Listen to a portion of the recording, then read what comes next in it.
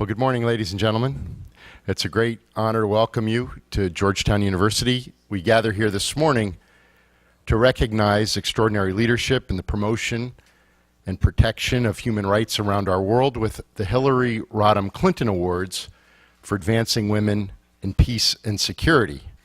And I wish to welcome the Honorable Hillary Rodham Clinton, for whom this award is named. Secretary Clinton, we're deeply grateful for your presence here today, and I look forward to saying a few words about you in just a moment. And also our honorees, His Excellency Staffan Mistura and Professor Miriam Coronel-Ferrer. We're deeply grateful for your presence and for this opportunity to recognize your exceptional contributions and accomplishments here at Georgetown. We're also fortunate to have with us another Secretary of State, Madeleine Albright, whom we are proud to have as a member of the Georgetown faculty. Secretary Albright, it is always a pleasure to have you here for a special event like this. I'd like to share a little bit about the origin of these awards. In December 2011, Georgetown had the privilege of hosting Secretary Clinton to discuss President Obama's executive order launching the historic United States National Action Plan on Women, Peace, and Security.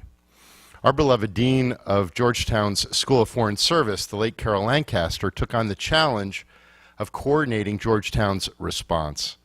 And in this, she brought on to our community our alumna, Melanne Verveer, who was completing a term as the United States' first ever Ambassador at Large for Global Women's Issues, to launch the Georgetown Institute for Women, Peace, and Security in 2013. In the 2 years since its launch, the Institute has achieved an extraordinary depth and breadth of engagement in its mission to promote the roles and experiences of women in peace and security. Through research, dialogue, strategic partnerships, it has deepened the long-standing commitment of our university to women's rights and empowerment in ways that we never would have thought possible. It has convened global dialogues with world leaders centered on women's roles in rebuilding post-conflict societies. It has helped forge and strengthen collaboration with organizations engaged in this work across the globe. Through research and innovative scholarship, as it has enhanced our understanding of the cultural, political, and economic issues at stake. And it has provided a framework for our students to gain the understanding and experience to develop as compassionate global leaders committed to women's inclusion. This work speaks directly to the ethos of our community here at Georgetown. This ethos stems from our Catholic and Jesuit call to be women and men for others. Today, in this spirit and in the presence of many women and men who are leading change in international peace efforts across the world, we are honored to present the second annual Hillary Rodham Clinton Awards. Last year, we recognized the Right Honorable William Hague, Dr. Dennis Mukwege, and then Secretary General of NATO, Anders Fogh Rasmussen. This year, we again celebrate Secretary Clinton's leadership by recognizing two individuals who exemplify these ideals for us all. We all know that many in our global community, and especially women, are faced with significant challenges to their basic human rights and access to the conditions that enable human flourishing. But the seriousness of these challenges is met by the courage and determination of people like our honorees. This award honors the work and the long-standing contributions of Secretary Clinton to ensure, in her words, that human rights are women's rights and women's rights are human rights. She's championed the rights and role of women for more than 4 decades in the many leadership roles in which she has served, as First Lady of the United States, as Senator of New York, and on the global stage as Secretary of State. As honorary founding chair of the Institute here at Georgetown, Secretary Clinton continues to inspire us to fulfill the vision that she put forth in the 2011 speech that launched our efforts. Her fearless dedication to women's rights and her work to bring about policies that allow for more opportunity and inclusion for women serve as an example for the next generation of leaders. Secretary Clinton, it is a privilege to have you here with us, an honor to honor your dedication with these awards. Ladies and gentlemen, on behalf of Georgetown, it is my great honor to welcome Secretary Hillary Rodham Clinton.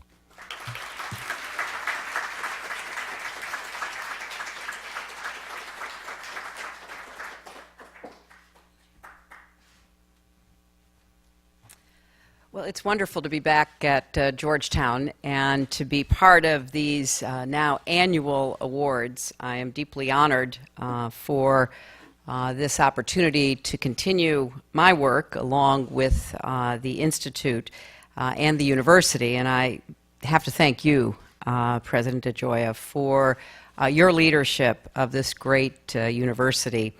It is a pleasure to always work with my longtime friend, a Georgetown alum, and a dedicated activist on behalf of women's rights and human rights, Melanne Verveer, who has devoted her life as an ambassador, an advocate, and an activist to unlocking the potential of women and girls. And this institute continues that important work in every way. There are so many people in this room who have supported the work before the Institute and now are supporting very generously the Institute. I too want to single out Secretary Albright, who is not only a distinguished stateswoman but also a beloved professor here at Georgetown, and has been on the front lines of these issues for a very long time, going back to her years at Wellesley, the alma mater I share with her.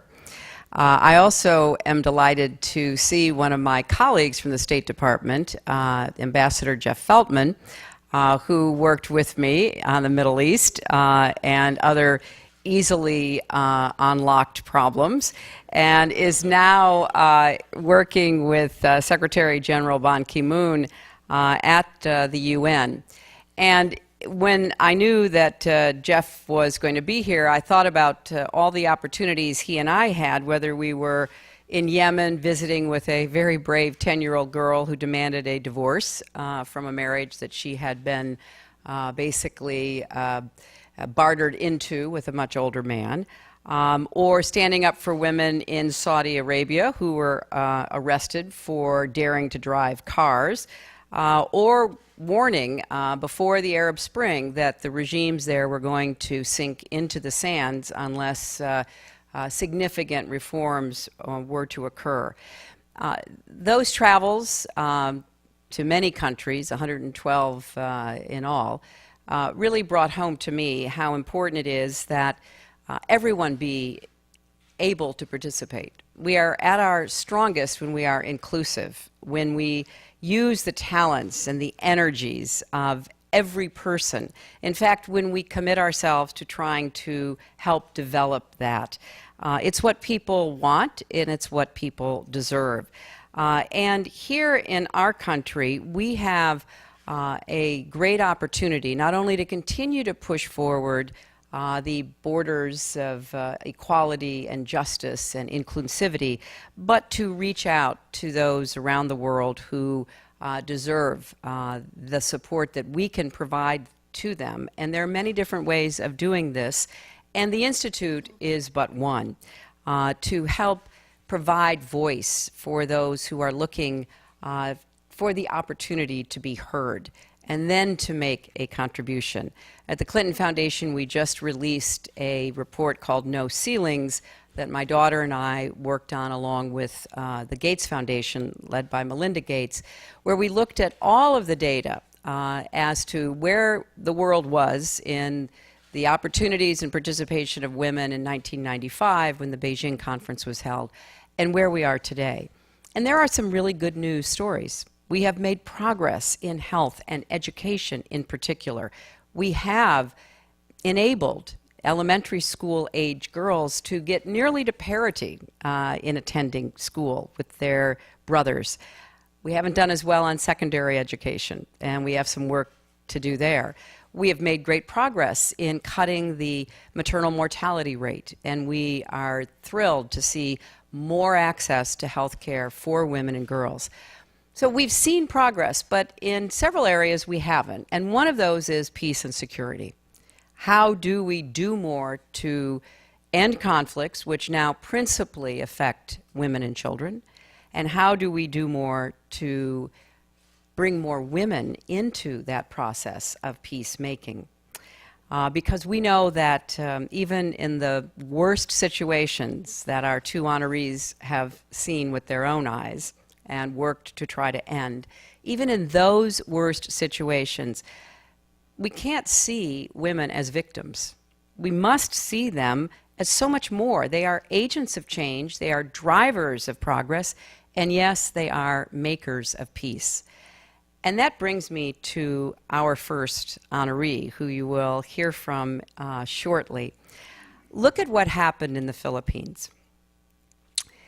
It was a conflict that raged in the country's second largest island for decades.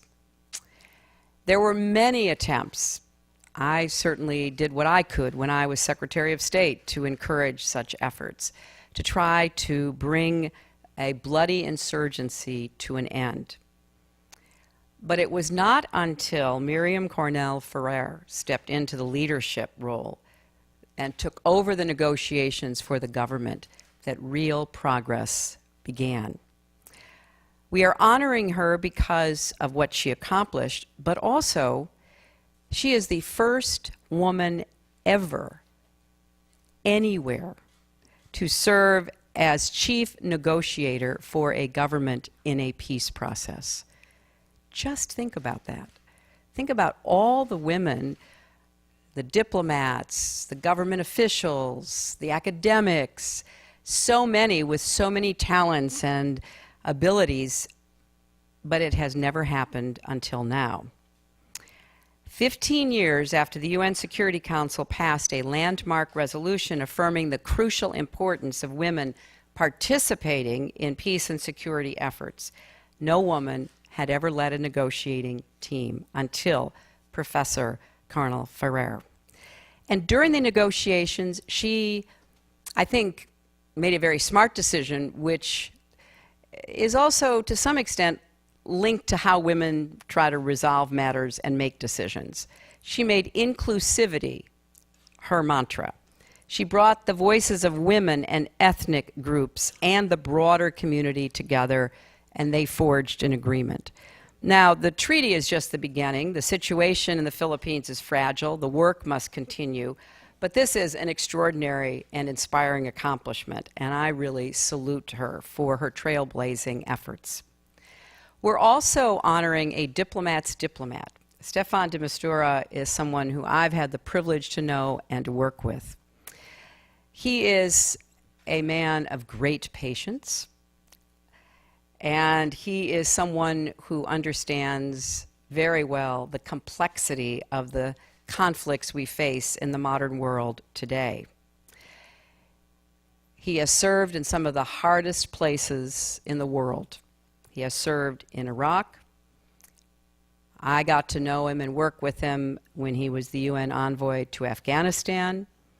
And I so appreciated his real talent for trying to understand and bridge gulfs between people and groups, and also to bring in, again, in the spirit of inclusivity, people who might otherwise have been left out. So, for example, at the 2012 Tokyo conference focused on securing support from the international community for Afghanistan's development, he argued persuasively that sustainable progress would only be possible if Afghan women could share in it and contribute to it.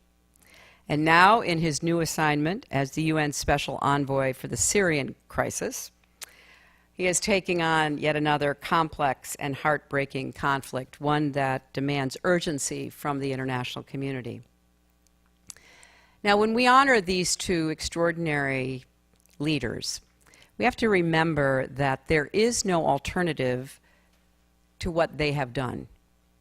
By persistence and patience, piecing together individuals and groups that might see that peace and ending conflict was in their interests, they have pressed ahead.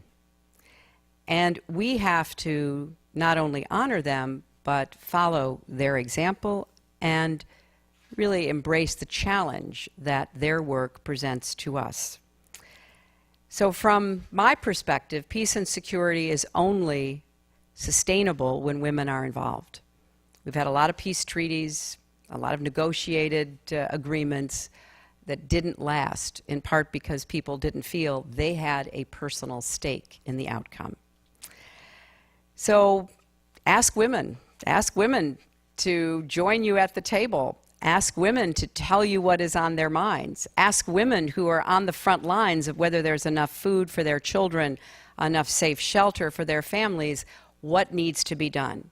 Some of you have heard me say before, one of my favorite movies is Pray the Devil Back to Hell, the story of how women ended the brutal, bloody conflict, the civil war and insurgency that stalked Liberia. And they did it because they finally just had enough. And they made it very clear they were not going anywhere until all the men who were leading the fighting made an agreement to end it. That's what we want everywhere in today's world for our children and our grandchildren. And our two honorees are pointing us in the direction as to how we can have a more peaceful world for us all. Thank you very much.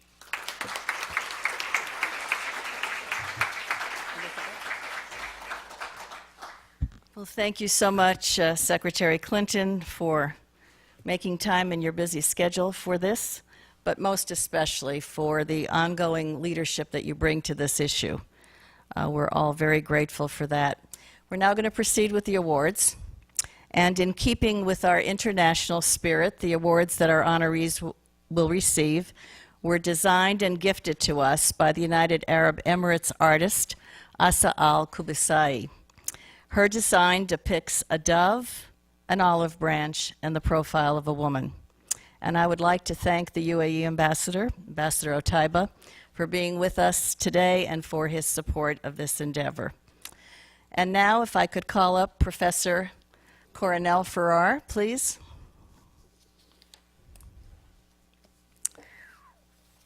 For trailblazing the role of women in peace negotiations by serving as the first woman ever to head a peace negotiations team for her government. For her determination, consensus building, and inclusiveness that led to the signing of the Mindanao Peace Agreement to end nearly 50 years of fighting in southern Philippines. And for promoting the rights and participation of women at all levels of peace building, and for facilitating the drafting of the Philippine National Action Plan on Women, Peace, and Security. Georgetown is proud to present the 2015 Hillary Rodham Clinton Award for Advancing Women in Peace and Security to Professor Miriam Coronel-Ferrer. Congratulations.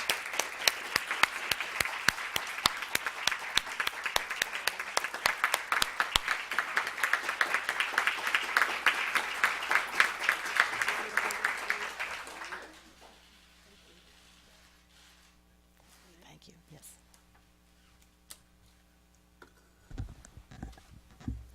Your Excellencies, former U.S. Secretary of State Hillary Rodham Clinton, Georgetown University President John DeGioia, Ambassador Melanne Verveer, Ambassador Staffan de Mistura, ladies and gentlemen.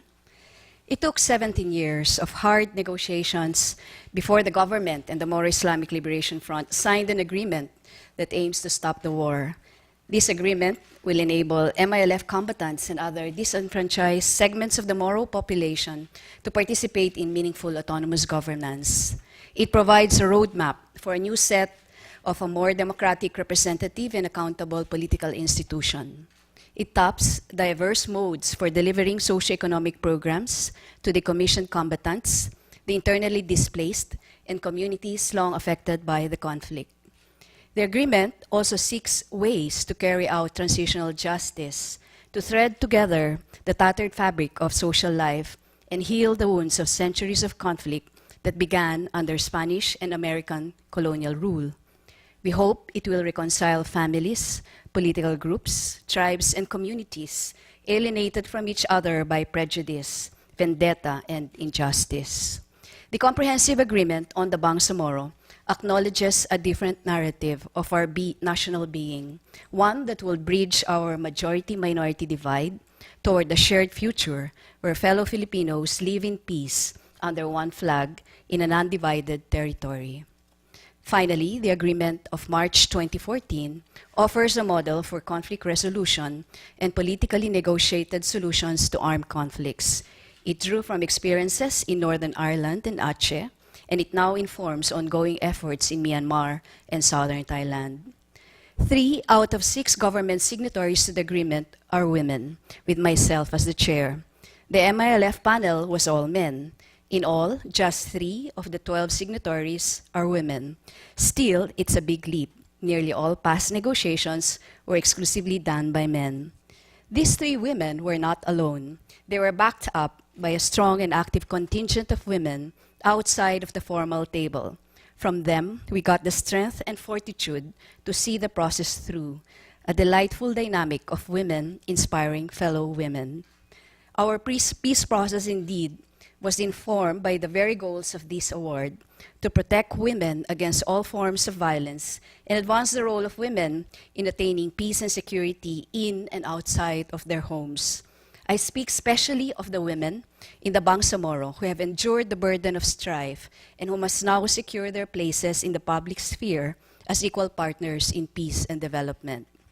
The road to peace has not been easy. The momentum toward peace almost ground to a halt last January when Special Action Forces of the Philippine Police launched an offensive against militants belonging to Jemaah Islamiyah. The operation took place in the vast marshland of central Mindanao, where MILF members also reside. It ended disastrously in a firefight that involved the police and different armed groups in the area, including the MILF. About 70 Filipinos died, with many more wounded. The casualties could have been avoided if the police had observed the ceasefire protocols.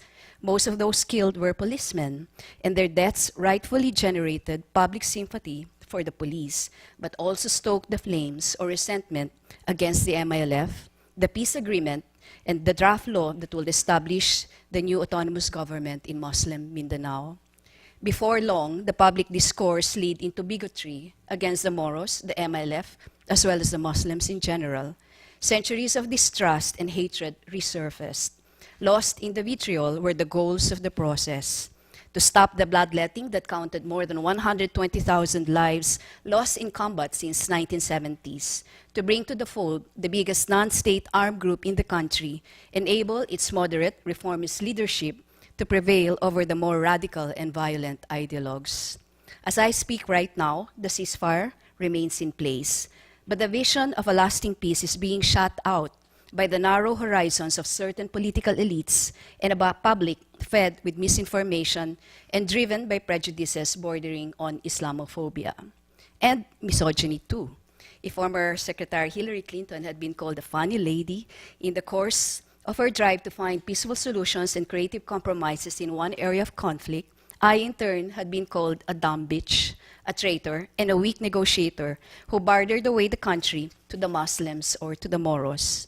Ms. Clinton wrote in her book, Hard Choices, "It is the unfortunate reality that women in public life still face an unfair double standard, an outrageous sexism which shouldn't be tolerated in any country. I know only too well how true this is, yet we have gone this far in our peace process, there shall be no turning back." I am now a grandmother. My granddaughter, along with my sister Sheila Coronel, are here with me today. I don't want Calais Isabel here to inherit a country divided by prejudice, dishonored by sexism, and stunted by the narrow vision of members of its political class. I have met many, many grandmothers in Mindanao who reject the same and ask for respect and dignity for all. Thank you, Georgetown University, Institute for Women and Peace and Security, for this award. And to you all, ladies and gentlemen, for making peace and rejecting war. Special thanks also to all the other men and women who have provided our work with all the backup support. Maraming salamat po.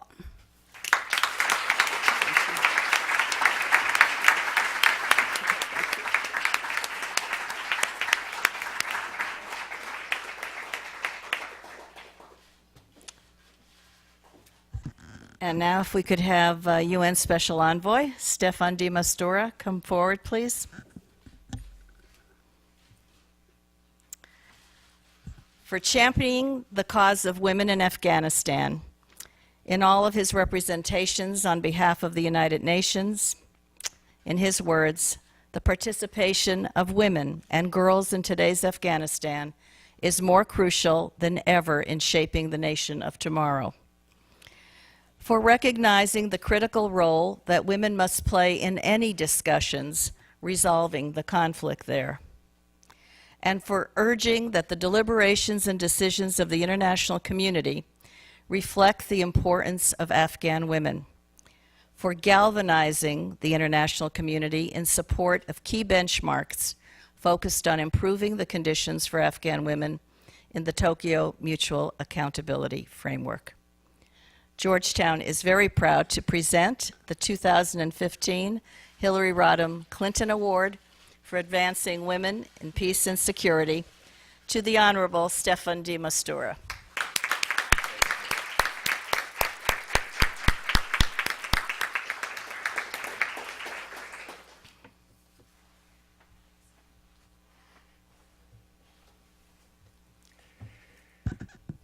Secretary Clinton, thank you so much, really, for giving me this remarkable award, frankly.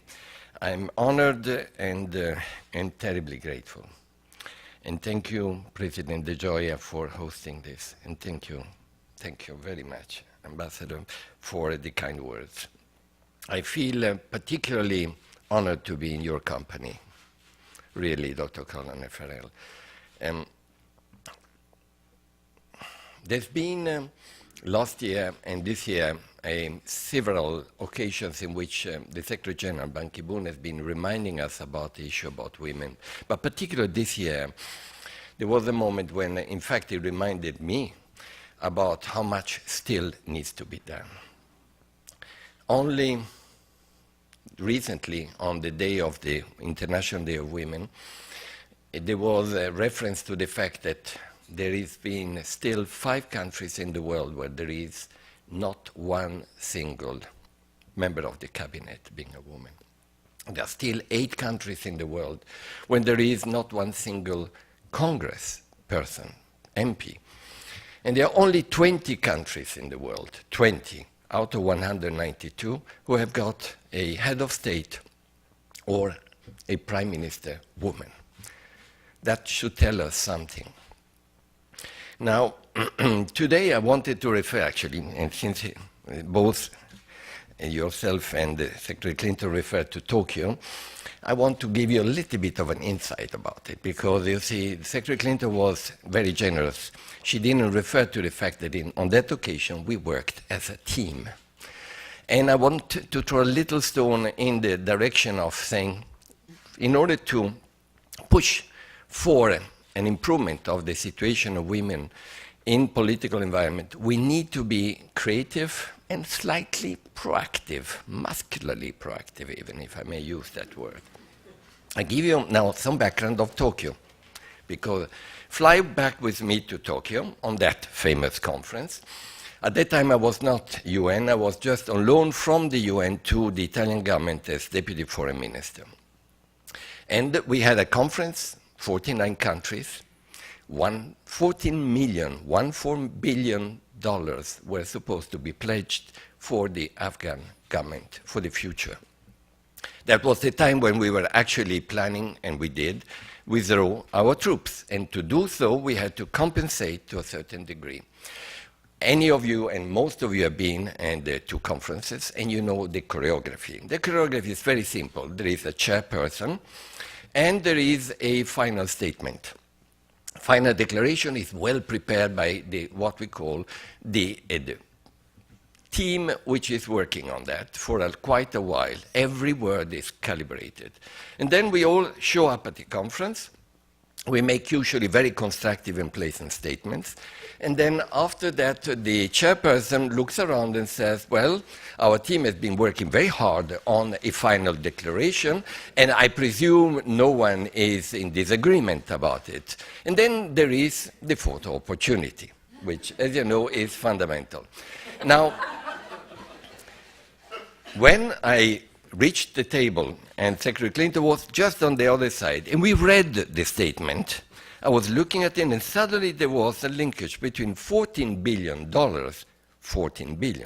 by all of us, to the local authorities, and on the other side there was a generic commitment about we will certainly endeavor to promote human rights, including women.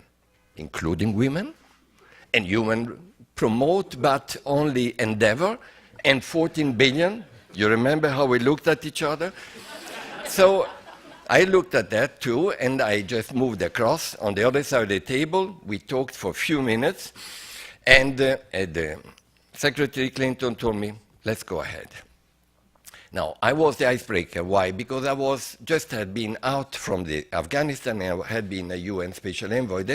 I had, quote unquote, a credibility to actually say something about the local environment. So I went back to the table, and when the famous moment of the chairperson saying, and by the way, I presume that we all agree,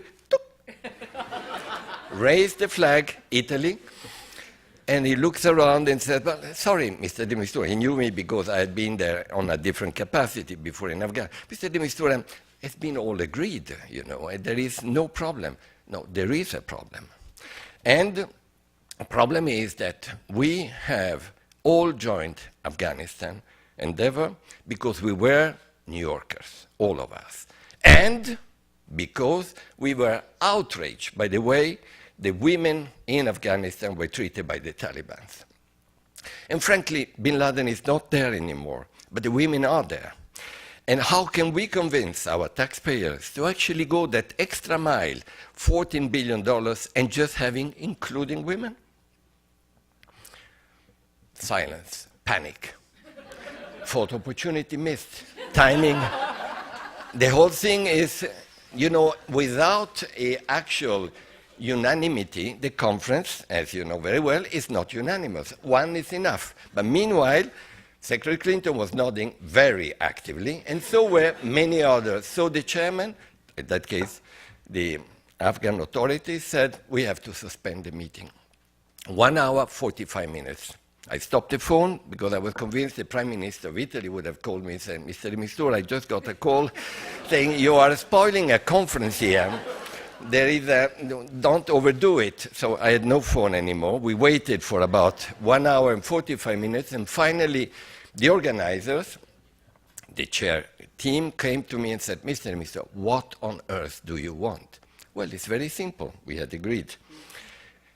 8 times, not once, 8 times mention women, but especially women. And by the way, it's not enough. These are words. And a clear linkage of accountability.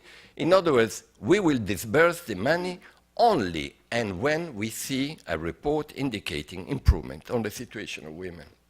It is our condition. Another hour of total silence and panic. By that time, it was too dark for a good photo opportunity, but never mind. And finally, they agreed.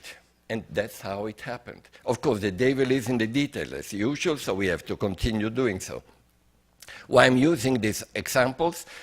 Because it shows them when we work in a team, and secondly, when we use some little bit of proactivity, let's call it like this, we can get more than simply advocating, because sometimes it is lip service. Now, allow me for concluding by saying I would like, with your permission, to actually thank you, but also dedicate this award to the Syrian women. I'm currently involved in Syria.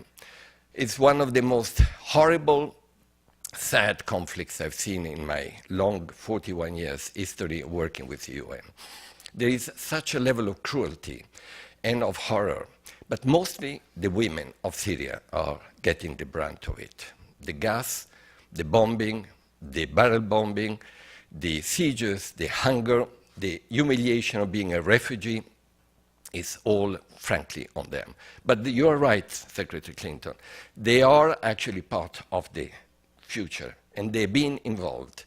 And I'm planning to do next week, starting some consultations with everyone involved on the Syrian conflict, and they will be among the first to be consulted. So let me dedicate, if you allow me, this award to the stamina, the courage, the determination, the resilience and the dignity of the Syrian women. Thank you.